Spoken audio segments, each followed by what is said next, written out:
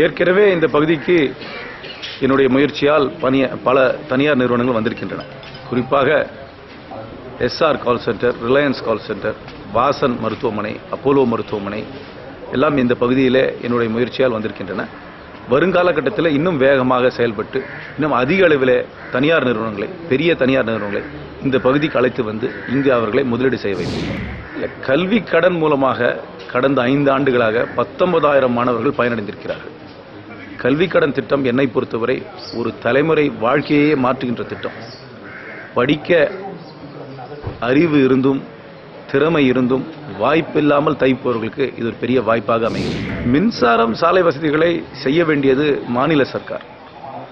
அதை தவறி அந்த செயல்களை எல்லாம் தவறு அதில் சரியாக செய்யாதது அண்ணா திராவிட முன்னேற்ற கழகம். அந்த குறைகளை எல்லாம் சுட்டிக்காட்டுவேன். ஆனால் அதை செய்ய வேண்டியது தேசிய நெடுஞ்சாலைகளை மத்திய சர்க்கார் செய்ய வேண்டும். அதை நாங்கள் சிறப்பாக செய்திருக்கிறோம். காங்கிரஸ் சர்க்கார் காரைக்குடியிலிருந்து திருச்சி வரை, அதையும் தாண்டி பின்னர் சிவகங்கையிலிருந்து மதுரை வரை, அதையும் தாண்டி சிறந்த தேசிய நெடுஞ்சாலைகளை அமைத்திருக்கிறோம். நிச்சயமாக உள்ளாட்சி தேர்தல்களில் இடஒதுக்கீடை கொண்டு வந்தது காங்கிரஸ் கட்சி தான். அதே போல வரும் காலகட்டத்தில் என்னை பொறுத்தவரை பெண்களை அதிக அளவில் ஊக்குவித்து அவர்களுக்கு கல்வி வாய்ப்புகளை ஏற்படுத்தி அவர்கள் சுயமாக தொழில் செய்ய வேண்டும் என்று விரும்பினார்கள். அதற்கும் ஊக்கமளிக்க நான் தயாராக இருக்கிறேன். 5 ஆண்டுகள் பாராளுமன்ற உறுப்பினருடைய காலம் 5 ஆண்டுகள். இந்த 5 ஆண்டுகளில் என்னை பொறுத்தவரை அதிக அளவில் தனியார் முதலீட்டை என்னால் இந்த பகுதிக்கு கொண்டு வர முடியும் என்று முழுமையாக நம்புகிறேன்.